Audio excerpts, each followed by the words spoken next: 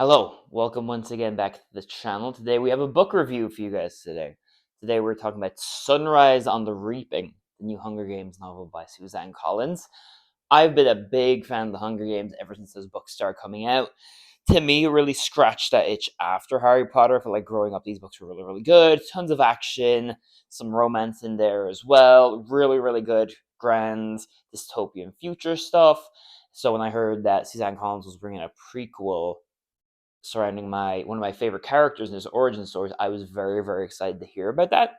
Her last book, The Battle of Songbirds and Snakes, I loved. Came out in 2020, I believe, right during COVID. It was kind of nice to see something new during COVID as well. So I read that book. I started reading that book the day it came out.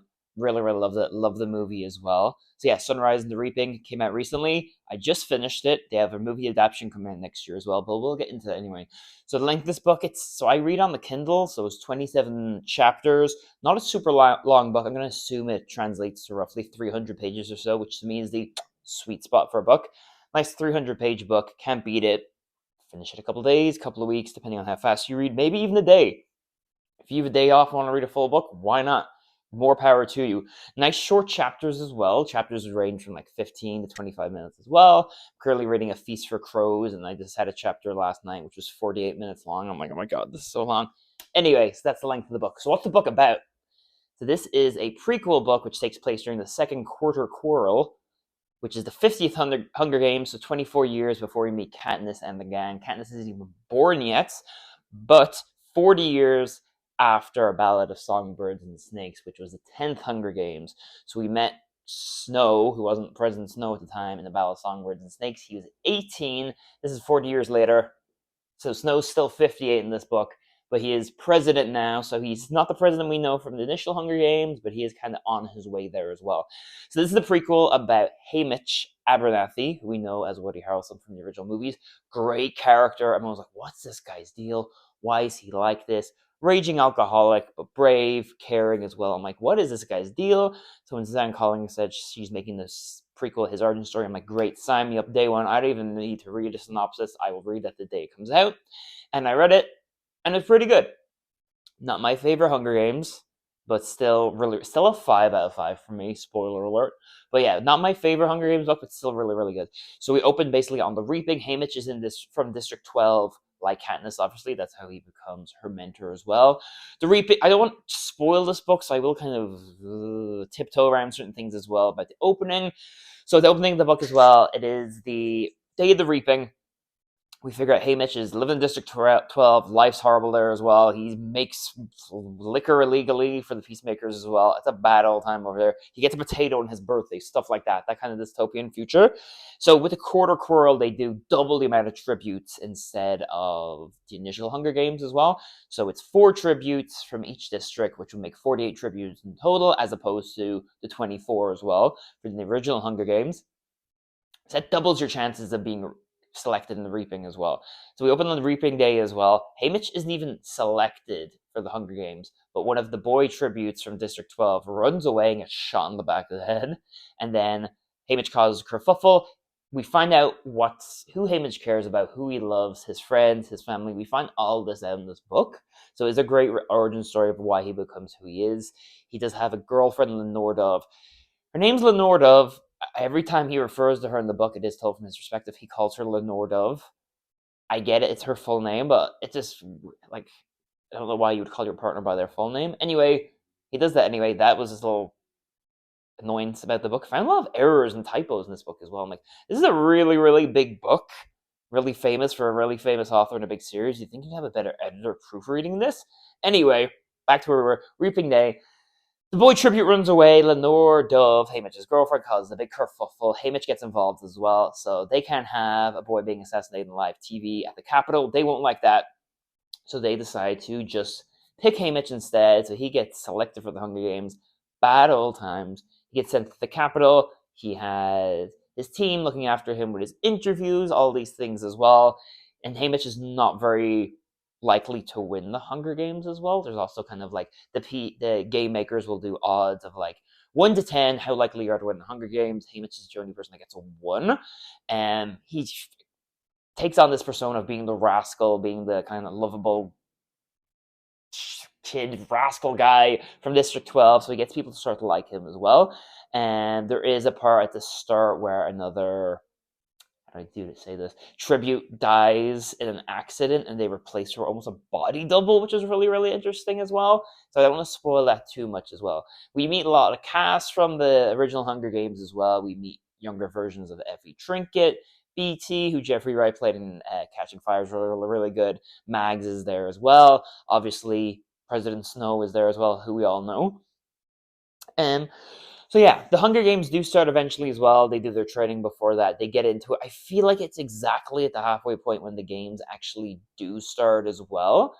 And I felt like for the games with Hamish as well, he does try and like team up with higher up districts so we can try to team up and go up against the careers, which would be the people from districts 1, 2, and 3, kind of the people who are born and bred to win the Hunger Games as well. I felt like once the game started, I'm trying not to spoil this too much. I felt like Hamish wasn't really there for a lot of it. He has his own kind of secret mission with BT where he's trying to destroy the arena. Don't want to get into it too much, but I feel like a lot of the action happens not with Hamish involved. I know they're going to change it for the movie so we can see all the action. The movie isn't just going to follow Hamish. The whole book is from his perspective. But I felt like he got to avoid a lot of the action as well. He gets poisoned right away. He drinks some water from the lake, gets poisoned. Luckily, he has an antidote on him. He got some medicine from the cornucopia as well. But the action that we do see is really, really good. I keep forgetting these books are made for teenagers. I'm like, this is a kid's book, whatever. And then something really, really gruesome happened. I'm like, oh yeah, this is the Hunger Games. So it isn't, these games are meant to have some bloodshed going on. So the games go on. They continue. I don't want to spoil it too much. We do kind of know, if you've seen the Hunger Games, how Hamish gets to where he is. But how he gets there is really, really interesting. It's really, really good. A lot of collateral damage in the way as well. With friends, he does some things the capital doesn't like. He gets punished back home for them. And we do kind of get to see him evolve as a kind of more kind of innocent person, naive to who he does become. Unfortunately, raging alcoholic character towards the end of the Hunger Games. And then when the Hunger Games actually start, which will be 24 years after this, so he's 16, 24, 40, I guess we meet him at the start of the Hunger Games. So he's kind of down on his luck as we meet him in the first movie with Katniss. So yeah, it was a really, really good book. I was surprised how emotional it made me feel as well. His connection with his friends and his family and his girlfriend was kind of quite upsetting with a lot of stuff that happened there. It does really just show that the Capitol and Snow in particular will take no prisoners when it comes to messing around with his Hunger Games. So yeah, the action was really, really good as well, especially towards the end of the Hunger Games when they're dwindling down to smaller numbers as well. Yeah, as I said, on Goodreads, I gave it a 5 out of 5. Not my favorite Hunger Games, though, but still really, really good. I'd say I'd put it at number 4 out of the 5 Hunger Games books. To me, Mockingjay was still the weakest. I'd say Catching Fire is number 1, then the first Hunger Games, then the Battle of Songbirds and Snakes, then Sunrise on the Reaping, followed by Mockingjay in of itself. And there is rumors about the movie casting, which is starting to happen right now as well. There's rumors that Elle Fanning would be young Effie Trinket. I can definitely see that. That's a really, really good casting. And then for Caesar Flickerman, there's a rumor that Kieran Culkin will be cast as him as well. Again, younger Stanley Tucci, I guess. He'd also be a really, really good choice. He's just fresh off winning an Oscar, so he has choices in abundance. Doing Hunger Games movie, I thought might be below him, but if the paycheck's right, I'm sure he'll take it. So for young Hamish, which would be a young Woody Harrelson, I was having some thoughts about this as well. So Fred Hessinger, I think his name is. I might be saying that wrong. He's a really, really good young actor. He's only 25 years old. I'll post a picture of him up here as well. He was in Fear Street. He was in The Woman in the Window. He was recently in Gladiator 2. He was recently in Craven. If you saw that movie, it's not great. I had to stop watching it. He was also in season 1 of The White Lotus. He plays Sydney Sweeney's brother. But yeah, he's in a lot of really, really good stuff. He's a really, really talented actor.